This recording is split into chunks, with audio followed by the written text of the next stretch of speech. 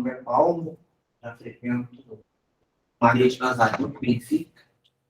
Desde quando eu tinha meus 16, meus 17 anos. E a gente não pode falar a idade, né? Eu tenho 52 anos já.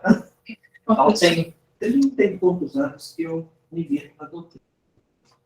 E uma coisa interessante, que quando eu comecei na doutrina espírita, então, desde muito novo, na adolescência, eu vivia indagando meu irmão, como é que faz? Apaga-se uma luz e, de repente, tudo se termina.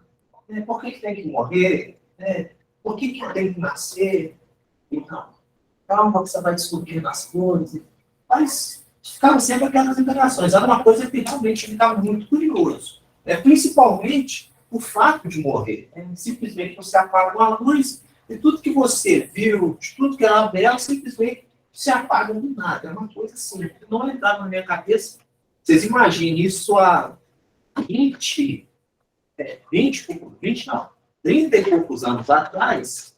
Vocês imaginem hoje a cabeça das pessoas. Então, era uma coisa que me chamava a atenção e que eu queria ter respostas.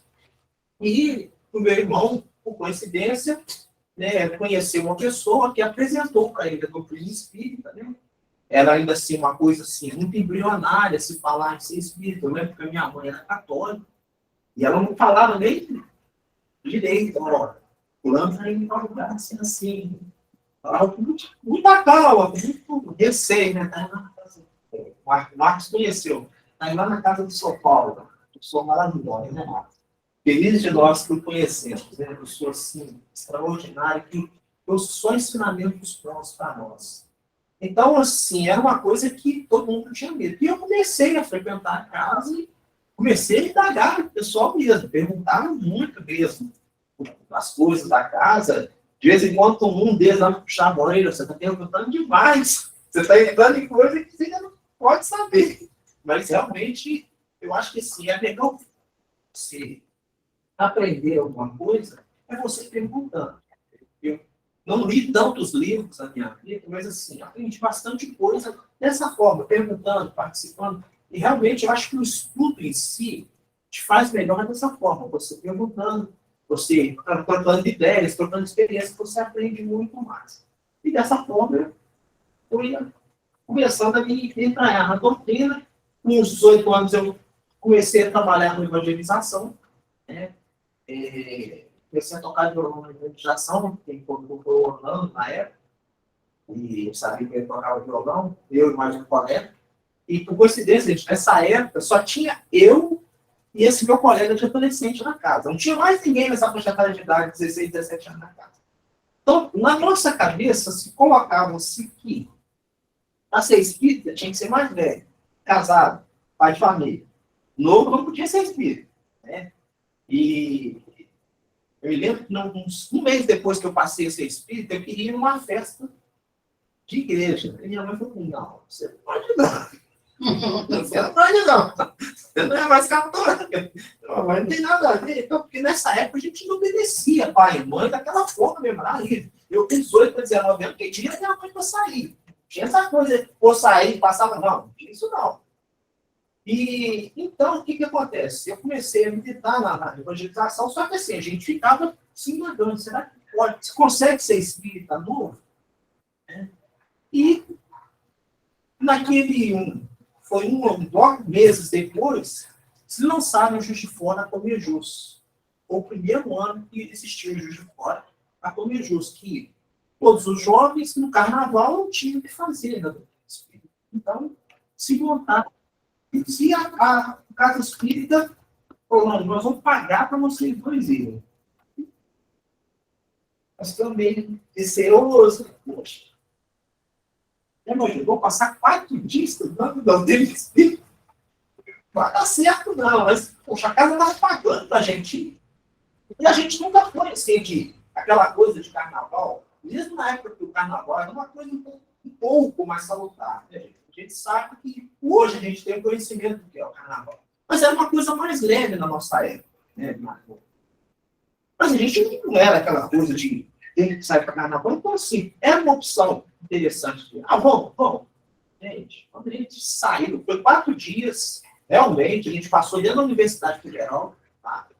Teve banco lá e ficou vários jovens. Então, assim, a surpresa maior foi assim, a hora que a gente chegou, que a gente só viu praticamente gente da nossa faixa etária de idade. Entendeu? Era assim, é a mesma coisa que você fosse convocado para a seleção brasileira, e tinha lá os experientes lá, que eram jogadores mais experientes, que ia lá para. Então, lá, as palestras eram Sueli Caldas, Massini, como é que chama? Ele vai muito lá no Maria de Nazaré, um que é médico. Vai isso. Então, assim, vem gente de fora. Então, assim, foi uma coisa assim que revolucionou a doutrina espírita na cidade, porque nunca se tinha feito. Foi maravilhoso. Assim, que no último dia, na hora da despedida, todo mundo caiu no mar. Foi uma coisa assim, que eu jamais senti na minha vida. Foi uma coisa assim. E a gente saiu de lá, na quarta-feira, vamos revolucionar o mundo. Porque assim, você não, vou mudar o mundo. A gente voltou com muita energia. E energia para casa mesmo. E a gente entrou na sociedade, nós vamos fazer isso, nós vamos fazer aquilo, e campanha do quê? E aí começou a entrar mais jovens na casa. E aí começou o seu trabalho na casa espírita. A gente começou a trabalhar na casa espírita. Falando assim, um pouquinho da minha trajetória, eu estou até hoje na escolinha de evangelização. Quer dizer, desde os 17 anos, eu continuo tocando violão na escolinha todos os sábados. Todos os sábados, desde os 17 anos. E há pouco tempo agora, teve a pandemia, as casas todas fechadas. Então, nós trabalhadores espíritas temos assim meio que uma relaxada, meio que esfriado na questão do trabalho. E assim, aí você começa a se perguntar, achar que sabe que chegou na hora já de ser certas coisas. A oportunidade que os outros marcou. Aí você fica sempre, todas as vezes, todo trabalhador espírita, eles falam assim, não, vocês estão novos, vocês estão chegando, dá uma oportunidade para vocês. Ele está querendo, ó, a fora, na verdade. Ele está querendo que o outro entre no lugar da oportunidade, não. Ele está querendo descansar e que o trabalho dele continue. Então, assim, foi um período muito puro para todas as casas, porque a gente notou, inclusive, na volta, não sei se aconteceu aqui com vocês, que muitos trabalhadores se afastaram das casas. Ainda se criou uma facilidade ainda do remoto, aí já não queria ir. Com o remoto ainda fica mais fácil ainda. Então, assim, a gente vê que trabalhadores da casa são poucos. E é esse justamente o tema da nossa noite hoje. Que são muito puxados, mas poucos nós estamos. Então, a gente tem a palavra lá, a tarefa das dúvidas. A gente vai ler um pouquinho da palavra das e comentar sobre a palavra das dúvidas, trazendo para o nosso cotidiano. Certo?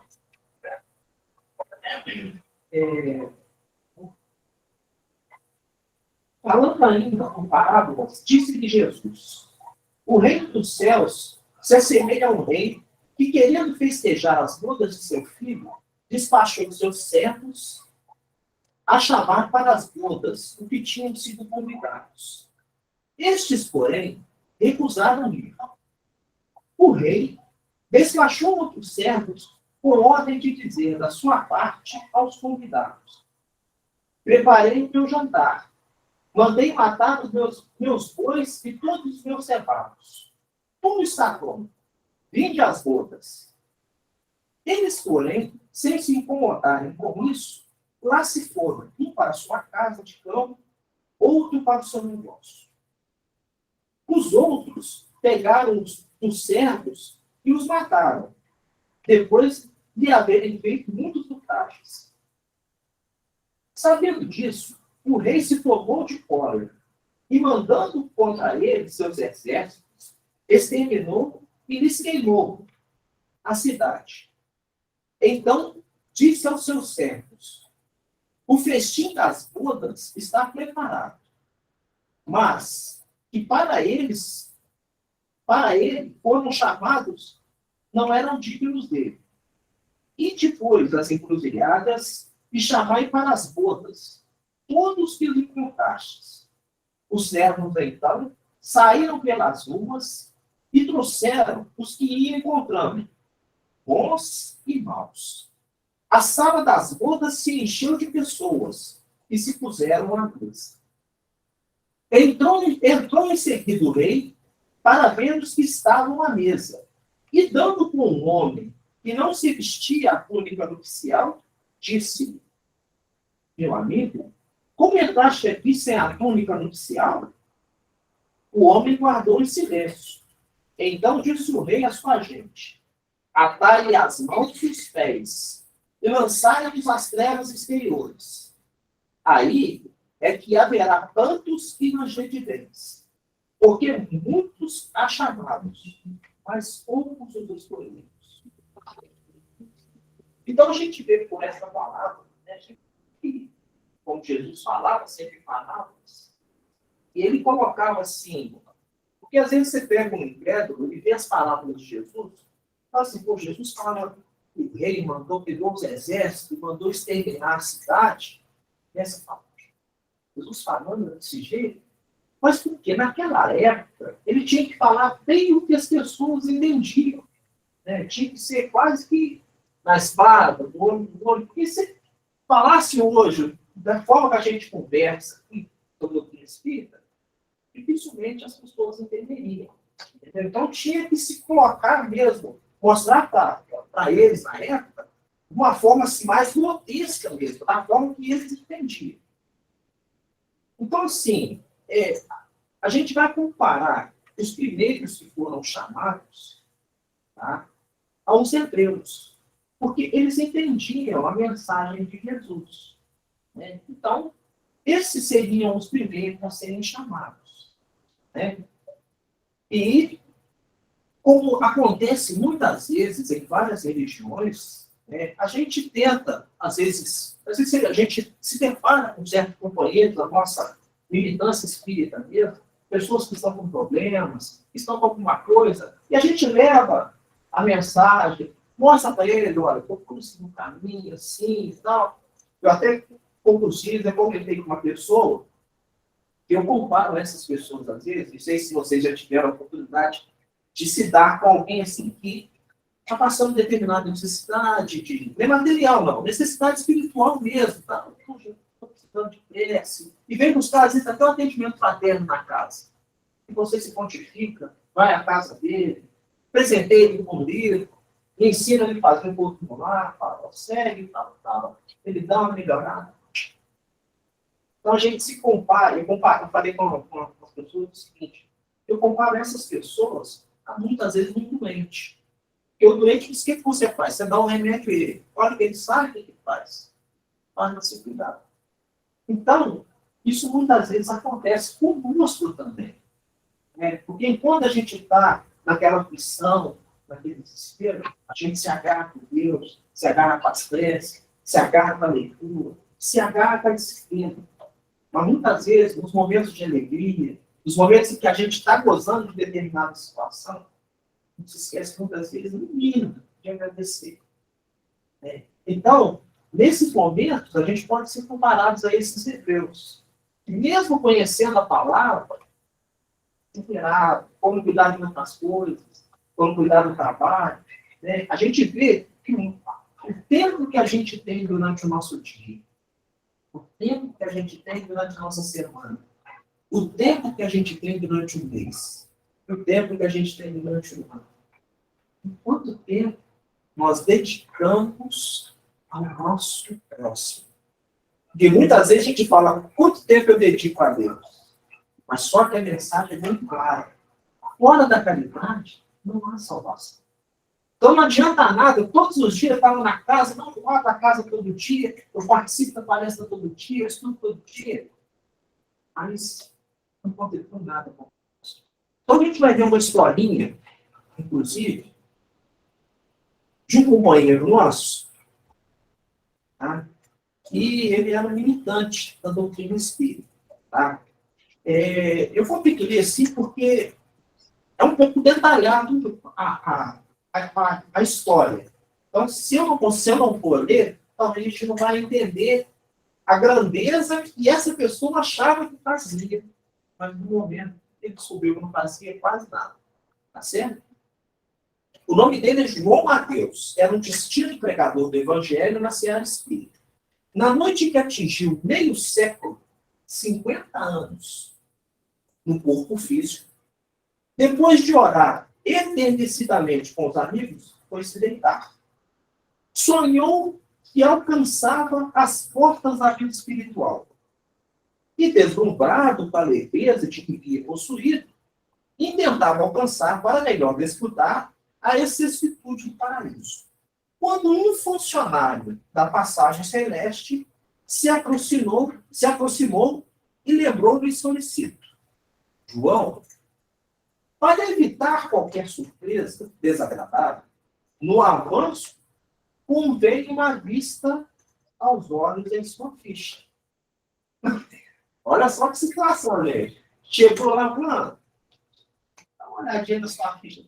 Tem até uma música, gente, e vocês devem conhecer, que é aquela música. Senta aqui nesse banco, perto de mim, e vamos conversar. Será que você tem coragem de olhar nos meus olhos e me encarar? Por quê? Será que nós vamos ter coragem de encarar? Não é Jesus, é a nossa consciência. Porque é muito fácil a gente faz isso, faz aquilo, mas qualquer coisa a gente faz escondidinho, mas da nossa consciência a gente não pode esconder. E nesse momento, a gente vai ter que prestar contas da nossa consciência. Quer dizer, prestar conta para nós mesmos. Né? E aí o viajante recebeu primoroso um documento em cuja face leu espantadíssimo. Aí estava lá a ficha dele. João Mateus. Renascimento na Terra, 1904. Berço manso.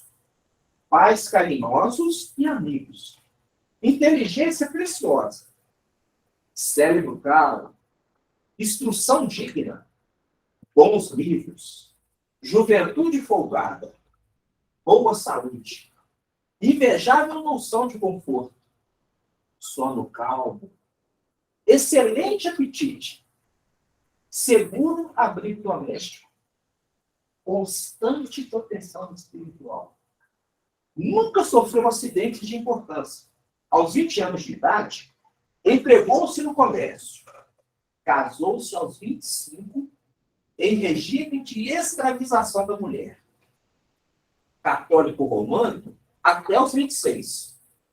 Presenciou, sem maior atenção, 672 missas. Aos 27 de idade, transferiu-se para a fileira dos espíritas. Compareceu a 2.195 sessões de espiritismo sobre a invocação de Jesus. Realizou 1.602 palestras e pregações doutrinárias. Escreve cartas e páginas comoventes. Notável narrador. Polemista cauteloso. 4 filhos. Boa mesa em casa. Não encontra tempo para auxiliar os filhos. Na procura do Cristo. Efetuou 106 viagens de repouso e distração. Grande intolerância para com os vizinhos. Refratário a qualquer mudança de hábitos para prestação de serviço aos outros. Nunca percebe que ofende o próximo por meio de sua conduta, mas revela extrema suscetibilidade ante a conduta alheia. Relaciona-se tão somente com amigos do mesmo nível. Sofre horror às complicações da vida social, embora destaque incessantemente o imperativo da fraternidade entre os homens. Sabe defender-se com esmero em qualquer problema difícil. Além dos recursos naturais, que lhe renderam respeitável posição e expressivo reconforto doméstico, sob o constante amparo de Jesus. Por intermédio de múltiplos mensageiros, conservava bens imóveis no valor de 600 mil cruzeiros e guarda em conta de lucro particular a importância de 300 mil cruzeiros. Para Jesus, que o procurou na pessoa de mendigos, de necessitados e doentes, deu durante toda a vida 90 centavos. Para cooperar no apostolado do Cristo, já ofereceu 12 cruzeiros em obras de assistência social. Débito. Quando ia ler o item referente às próprias dívidas, fortemente impressionado, João acordou. Despertou. Era manhãzinha. À noite, bem humorado, reuniu-se com os companheiros, relatando-lhes a ocorrência. Estava transformado, dizia. O sonho modificar-lhe o modo de pensar. Consagrar-se-ia doravante o trabalho mais vivo no movimento espírita. Pretendia renovar-se por dentro. Reuniria agora palavra e ação. Para isso, achava-se disposto a colaborar substancialmente na construção de um lar destinado à recuperação de crianças desabrigadas que desde muito desejavam socorrer. A experiência daquela noite inesquecível era, de certo, um aviso precioso. E sorridente, despediu-se dos irmãos de Ideal, solicitando novo reencontro para o dia seguinte. Esperava assentar as bases da obra e se propunha levar ao efeito. Contudo, na noite imediata, quando os amigos lhe bateram a porta, vitimado por um acidente coronário, João Martins estava morto. Então, gente, é aqui vem a nossa primeira amostra da importância nossa, do nosso momento. Será que a gente tem algum momento na nossa vida em que a gente é chamado? Será que existe aquele momento em que a gente sente que Jesus nos chama para o trabalho? Ou que é o nosso momento de trabalhar? Existe esse tempo? Se a gente olhar as diferenças, tá? Para nós aqui que somos um pouco mais maduros na vida, né? A diferença que a gente tem, até eu estava comentando com o meu filho hoje, a diferença que a gente tem da nossa geração de infância, da nossa geração de hoje, com relação às partes espirituais, é muito diferente. Porque os nossos pais impõem a nossa religiosidade. Por que hoje nós não conseguimos fazer isso? Ah, não, mas é porque eu não tenho filho mais. Hoje, eu considero... Quem é a vovó aqui? Quem é a vovó? Eu considero que as vovós de hoje são muito mais mães do que as nossas mães foram. Hoje a vovó é palma toda a obra. Na verdade, a vovó hoje é um ser divino. Ela faz de tudo. Ela leva na escola, ela faz isso, ela faz aquilo. Então, a vovó hoje teve que se modernizar. Né? Já não era mais, não é aquela vovozinha mais, só puxava a orelha, e era aquela que fazia as coisas boas. Hoje a vovó é a vovó. Né? Então, assim, por que as vovós também... Como era? Eu tenho até uma cliente uma vez que ela falou o seguinte, e ela falou com a mãe dela, mãe, mas por que a senhora não faz assim da minha filha? Não, mas é diferente. E por que é diferente? Se a gente for pensar, para nós que temos filhos hoje, a gente conseguir implantar a religião dentro dos corações dos nossos filhos, ou dos nossos netos hoje, é muito difícil. Porque o calor do mundo é muito forte. O calor do mundo é muito forte. O calor das coisas materiais faz com que nós perdamos tempo com certas coisas. Porque se você for pensar, imagine o seguinte. Na época que a gente era novo, tinha máquina de lavar? Não. Tinha fogão a gás? Quase ninguém tinha. Tinha televisão? Não. Tinha água encanada? Na minha época não tinha, gente. A minha casa era água de poço. Não tinha fogão a lenha. Estava a lenha. Tinha que estar lenha todo dia. Né? Tinha televisão? Não. E quando chegou a televisão em casa, foi aquela festa. Então, sim, você tinha tempo. Olha, não tinha coisa. Hoje, existem várias facilidades que a gente tem. E, no entanto, a gente não consegue dividir o nosso tempo. Eu falei com meu filho, que a minha mãe era assim. Tinha missa no sábado. Então, você tinha que ir na missa no sábado. Ah, não foi porque se descuidava, tinha alguma coisa. 7 horas da manhã. Ah, preguiça de levantar o domingo, tinha escola a semana inteira.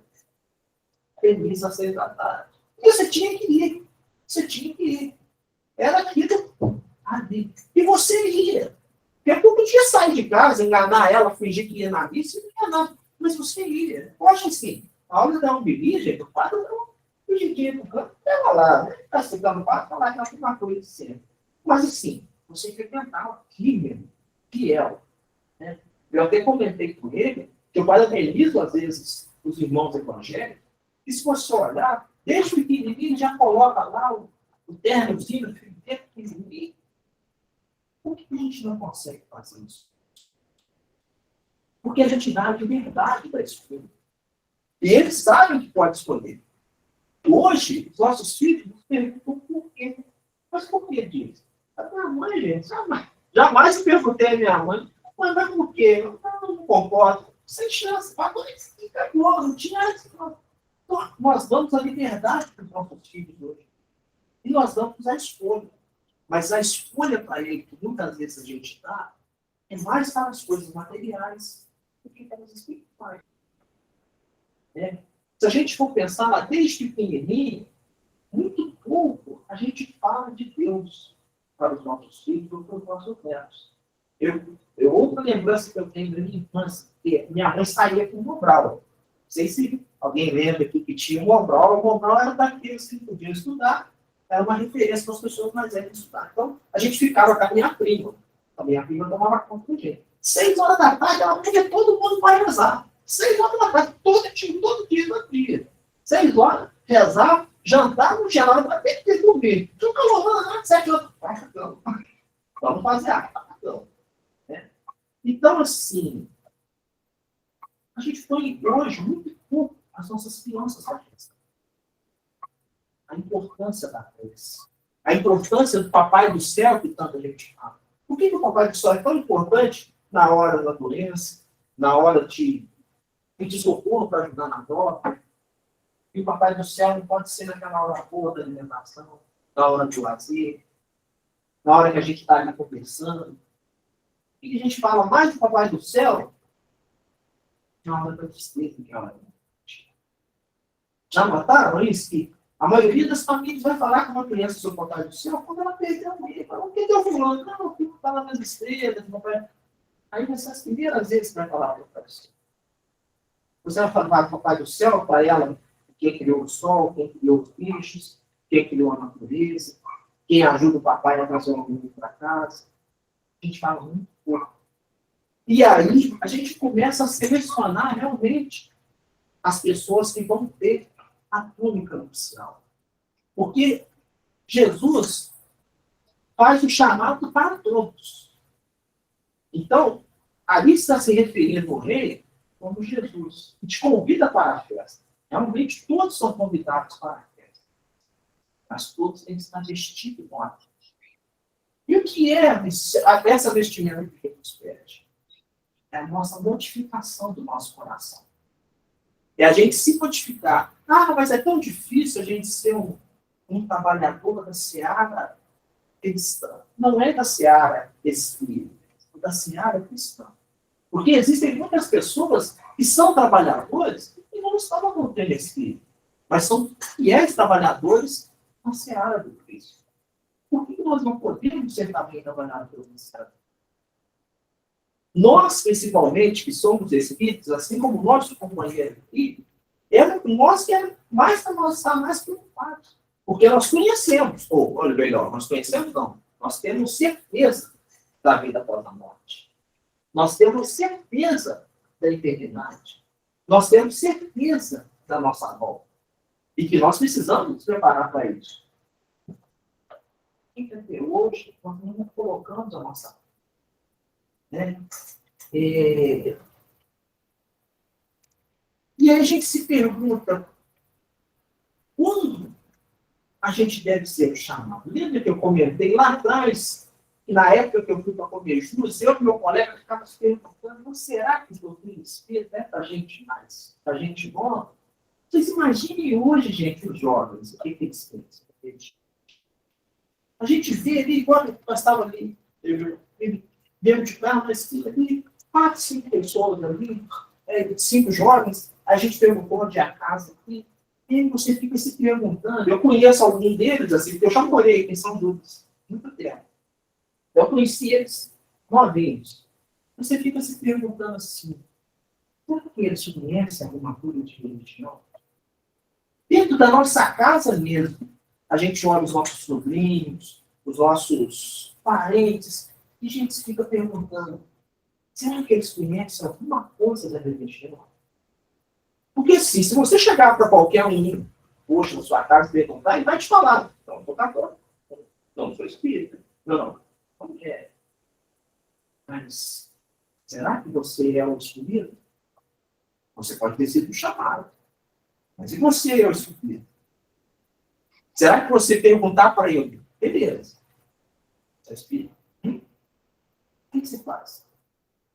Ah, eu vou lá no centro. Faz observando. Como faz? Tomar purificado. Assim palestra. E aí? Não, e aí? Ué, e aí? Sou espírita. Sou espírita. Lembra daquela frase de Jesus? Fora da casa, fora da salvação. Fora da igreja é salvação. Ó, fora da igreja não é salvação. Aliás, fora da igreja é salvação. Porque tem muitas pessoas que não têm religião, mas têm um coração maravilhoso. Têm um coração puro. Tem um caso de uma pessoa que ele foi procurar, ele foi uma moça que trabalhava numa casa de um senhor. E ela precisava, foi na época, lá para trás, quando se pagava o carnê do INSS, e você tinha que seguir religiosamente aquele pagamento. Se você perder, você tinha que ir lá, dar uma anulação danada. E ela pediu um patrão, queria sair para a rua, você podia pagar para ela a parcela do INSS e ia vencer naquele dia. Essa história foi tocada, gente, nesse dia que eu assisti esse estudo, porque a gente, principalmente nós espíritas, falamos muito de regeneração. Tem aquele Jesus falou, lá está lá no Consolador Prometido, que a Terra vai passar de período de planeta de provas e expiações para um planeta de regeneração. E a gente, é assim, saindo lá de fora, eu falei, puxa, a mata mais florida, poxa, olha, tem uns passarinhos, tem um gatinho andando, tem um gatinho lá e tal, o gatinho está bonito e tal. Olha, as pessoas se abraçando lá fora, noite limpa, tudo bem, tudo lindo, tudo feliz. Gente, mas esse dia está acontecendo e a gente não está observando. Se essas mudanças estão acontecendo, nós não estamos. Aí foi onde contava essa situação. Então, ele saiu para pagar o carnê. Eu, certo tempo que ele estava na rua, ele notou que ele perdeu o carnê inteiro. A moça ficou desesperado. Ele voltou em todos os lugares que ele tinha nada. E ele voltou para casa, desesperado. Falou, olha, cara, aconteceu uma coisa assim, não tem nem como te falar. Infelizmente, eu perdi o carnê e perdi o seu dinheiro. Eu não sei nem o que fazer, porque hoje é o último dia. Ela falou, não sei. Ele falou, como me preocupar? Eu não sei a dificuldade que você tem para pagar, a dificuldade que você vai ter para ir lá, para recalcular, vai pagar. Não. Ele falou lá, um tempo depois que o senhor saiu, alguém bateu aqui em casa. Era um senhor. Ele tinha achado o carnê e o dinheiro. Ele resolveu abrir o carnê. e viu que era o último dia. Ele foi na lotérica e pagou o carnê para mim. E veio trazer aqui para mim. Aí quando ele chegou aqui, me mostrou e tal, era quase o almoço, eu cheguei até a perguntar a ele, ô, senhor, o senhor quer almoçar? O senhor quer comer? Eu falei, não, meu filho. A única coisa que eu vou te pedir é para você me arrumar passagem para eu voltar. Porque eu gastei que tem que fazer com você aqui e não tenho como voltar. Então foi a única coisa que eu fiz. Então, gente, essas pessoas já estão vivendo esse mundo de regeneração. E assim como outros, às vezes, que às vezes nos surpreende na vida. Que a gente vê que a pessoa fez aquilo e você nunca esperava que o plano fosse tomar essa atitude. Essas pessoas não estão vivendo por isso. Então, essa transformação vai acontecer de dentro para fora. Não é que vai acontecer de nós termos a casa, que todo mundo vai estar socorrendo todo mundo, que todo mundo vai estar se ajudando. Não. Isso vai acontecer. E já está acontecendo. Só que muitas das vezes, a nossa faixa mental ainda está acomodada às coisas que nossa faixa mental quer ver. Tipo, você passa numa banca de jornal, o que ele chama a atenção? A notícia trágica, alagamento, é tragédia, feminicídio, está muito na moda, racismo. Gente, são coisas assim que você fica se perguntando, um colega minha, a gente faz um estudo, faz todo dia de manhã, onde eu trabalho, a gente lê uma mensagem e faz uma prece antes de trabalhar, antes de começar o trabalho, todos os dias, graças a Deus. E a gente comentando, ela, o que você acha do racismo? Você é medo? Então, olha, as pessoas ainda se preocupam. Tudo bem, cada um tem a sua forma de pensar, cada um tem a sua... Já passou por uma situação, cada um tem um sentimento diferente de entender as coisas. Mas, assim, tem tantas coisas que a gente precisa se preocupar. E, assim, eu preocupar, por exemplo, que o Marcos me respeite ou me ame, porque existe uma lei que pune ele, não. Eu quero que ele goste de mim. Eu não quero que ele me tema. Eu quero que ele me ame. Então, assim, quando a gente se importa com essas coisas, a gente vai dar importância às coisas de Deus. Eu não posso me preocupar com o que ele pensa. Eu tenho que me preocupar com o que ele precisa. Essa é a nossa forma de pensar. É dessa forma que nós vamos servir ao nosso próximo. É que um outro exemplo que eu tive também, uma pessoa que você até conhece. Meu parceiro, do Jorge, parceiro, você conhece. Ele falou que estava passando na rua e um rapazinho pediu. O rapazinho estava sentado, estava pedindo uma moeda. E ele deu uma moeda no rapazinho.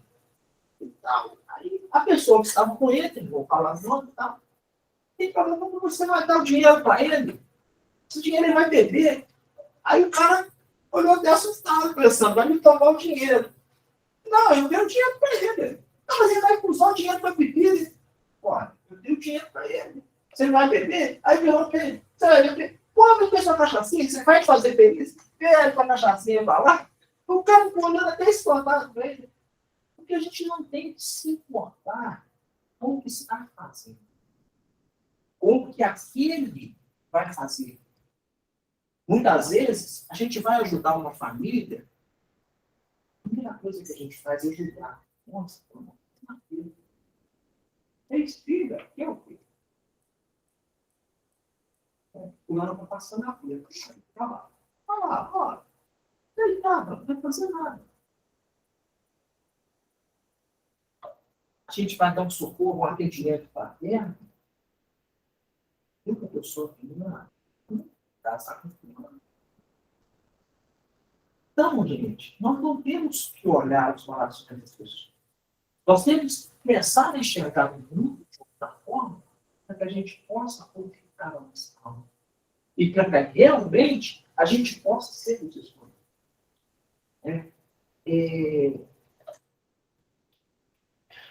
Aí a pergunta que a gente fica para deixar no ar, né? Como nós vamos detectar que nós somos chamados? Quando é que nós somos chamados? Qual é o momento de realmente a gente mostrar que realmente, Senhor, eu sou o seu espírito? Em todos os momentos, gente, do nosso dia a dia. Em todos os momentos do nosso cotidiano, nós temos que mostrar que nós somos Deus.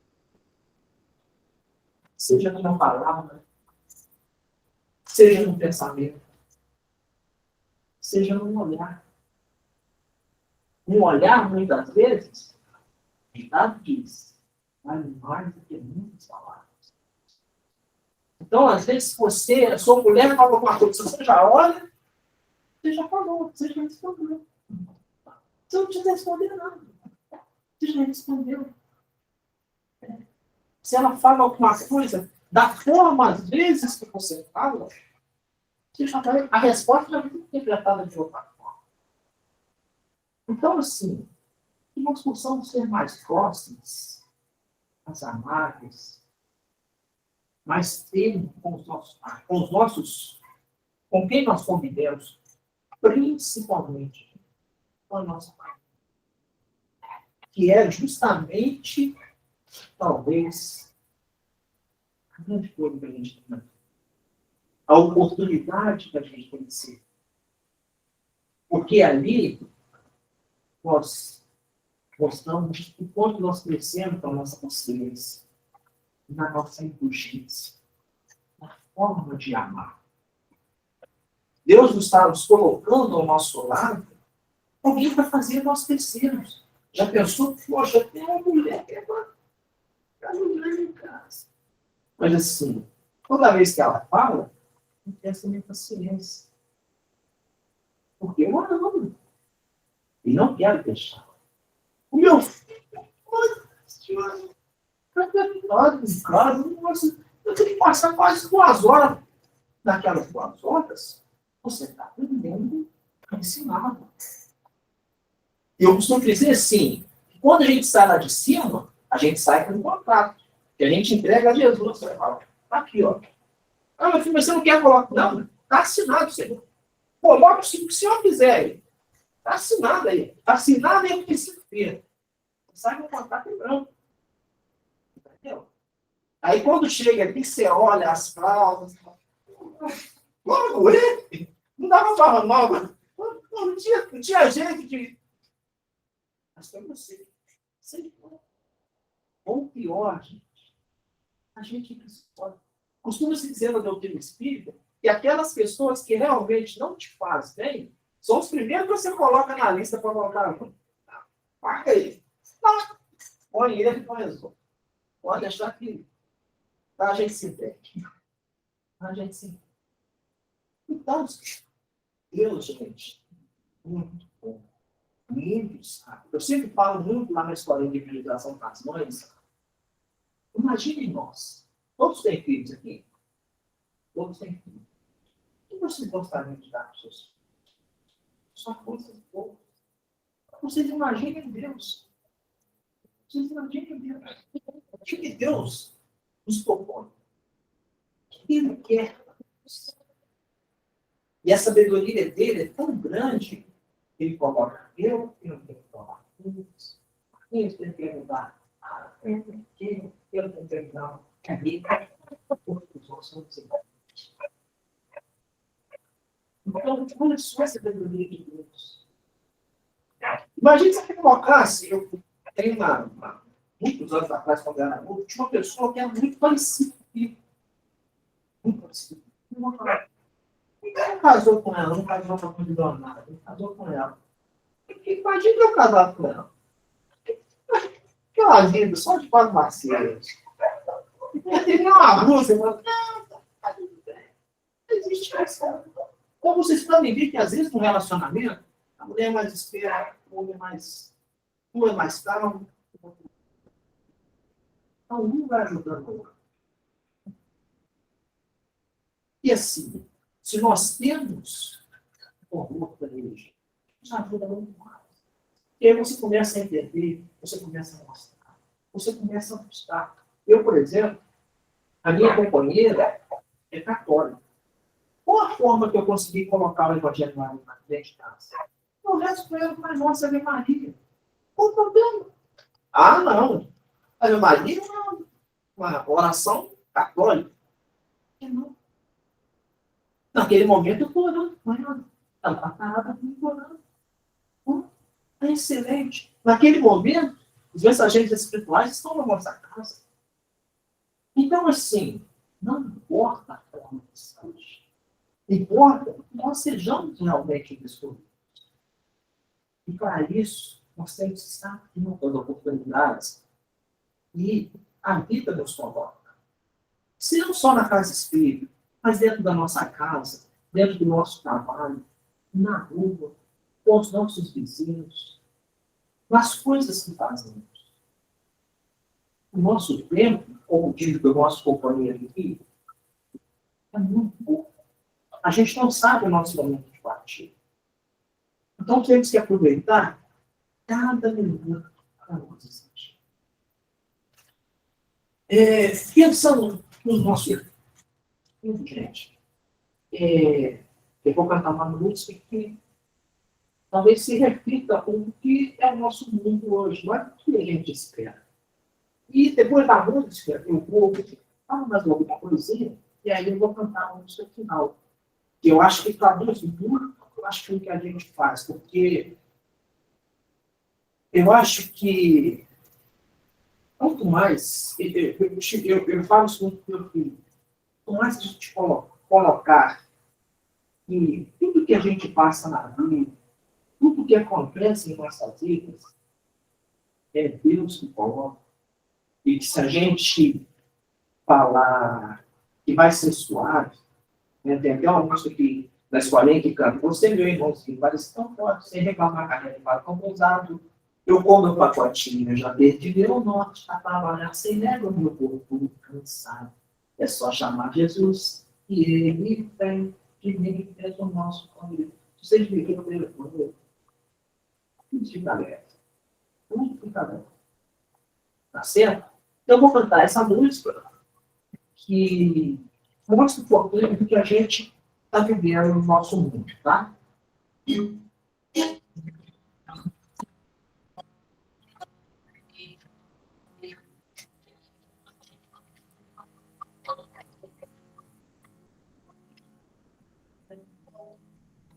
Agora está dando tempo de crise, de as lutas vão se acirrando. Gente cansada de sofrer. A fome vai matando o mundo. A miséria de sobreviver. A ganância conquistando o a ilusão de viver melhor viver. Ser algo que motivação pela paz que realiza o bem. Pelo irmão que abraça o outro irmão. E vai servindo sem olhar quem. A gente vai aprendendo que esta é a solução. Transformar o mundo em que vivemos. A partir do nosso coração. Hoje, trabalhar a vencer a ilusão. E assim conquistar para a terra mansidão. Oh, Jesus, trabalhar a vencer a e assim está para a terra mansidão.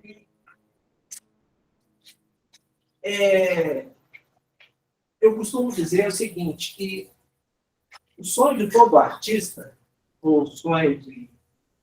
eu considero assim, que toda pessoa que desperta com alguma arte, ele é um artista. O sonho de todo artista é alcançar quadros, a glória. Mas imagine vocês, por exemplo, porque você não está violando, não está logicamente para ser um artista. E comecei a tocar na legislação infantil. Imagine se eu só me preocupasse com as coisas do mundo e deixasse a minha arte. Então, assim, você pode, ou se pergunta, o que eu posso fazer realmente para tentar fazer algo melhor? Só você olhar dentro de si. Seja na arte da música, na arte de desenhar, na arte de cozinhar, na arte de falar, na arte de comportar, na arte de ouvir, na arte de ensinar. Então, assim, como eu disse, o chamado todos os dias. E assim, a coisa que a gente faz menos na vida, e vocês imaginem, as oportunidades que Deus dá para a gente, para que a gente prove que nós somos os escolhidos, o que menos a gente faz é agradecer. E assim, nos meus estudos, eu tento sempre cantar alguma música que normalmente as pessoas conheçam, e que às vezes nem normalmente são espíritas, mas que às vezes tem um significado muito grande. Se a gente olhar na letra, a letra traduz muita coisa no nosso dia a dia. É uma música que toda a maioria de vocês conhece. E quem quiser cantar pode ficar à vontade, tá bom, gente?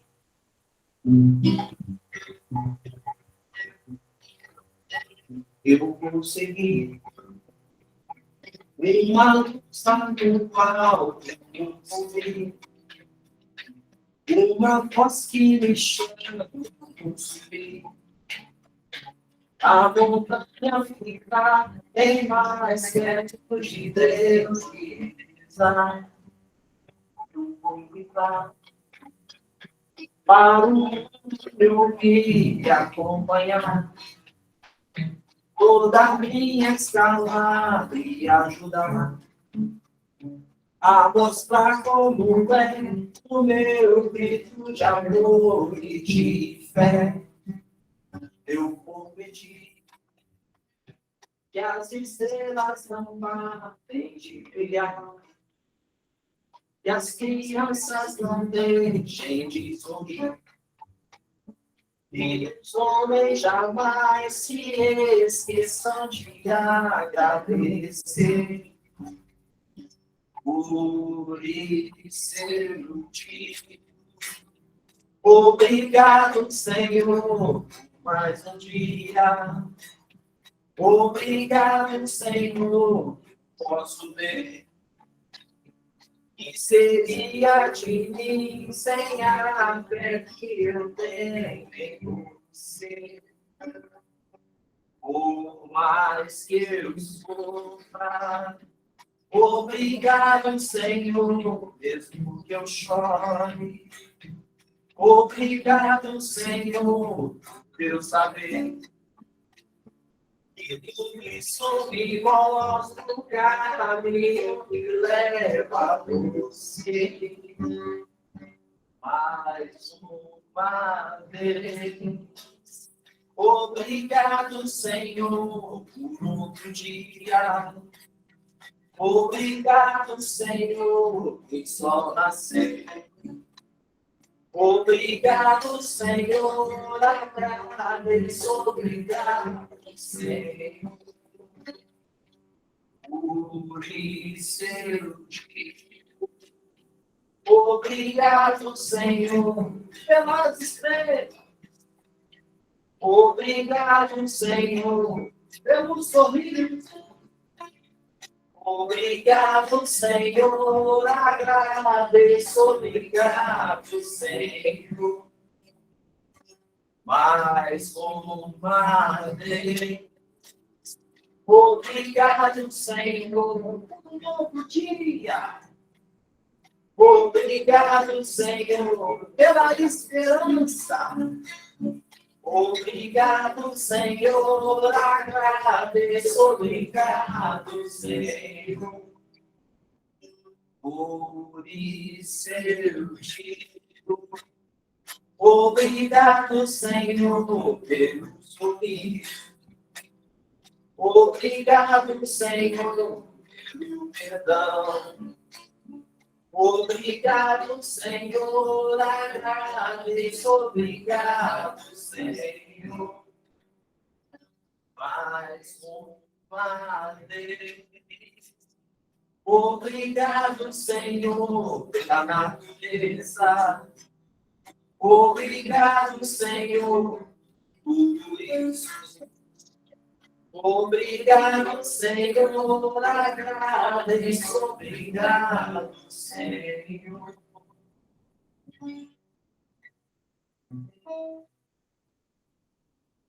Eu agradeço, gente, obrigado pelo